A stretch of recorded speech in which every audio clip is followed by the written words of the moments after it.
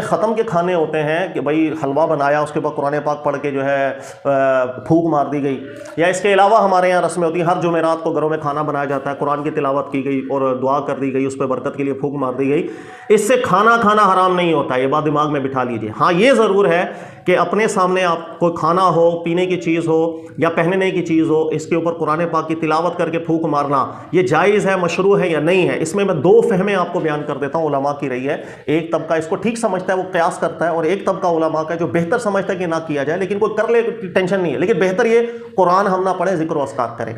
یہ ایسا اختلاف کیوں ہوا، یہ میں وجہ آپ کو بتاتا ہوں۔ وجہ یہ ہے کہ اللہ کے نبی صلی اللہ علیہ وآلہ وسلم سے کئی دفعہ یہ امر ثابت ہے کہ نبی پاک صلی اللہ علیہ وسلم کے سامنے صحابہ کرام ہوتے ہیں، کھانا کھانے کی چیزیں کم ہوتی تو اللہ کے نبی علیہ الصلوۃ والسلام ان کھانے کی چیزوں کو سامنے رکھتے، دعا کرتے، برکت کے الفاظ پڑھتے،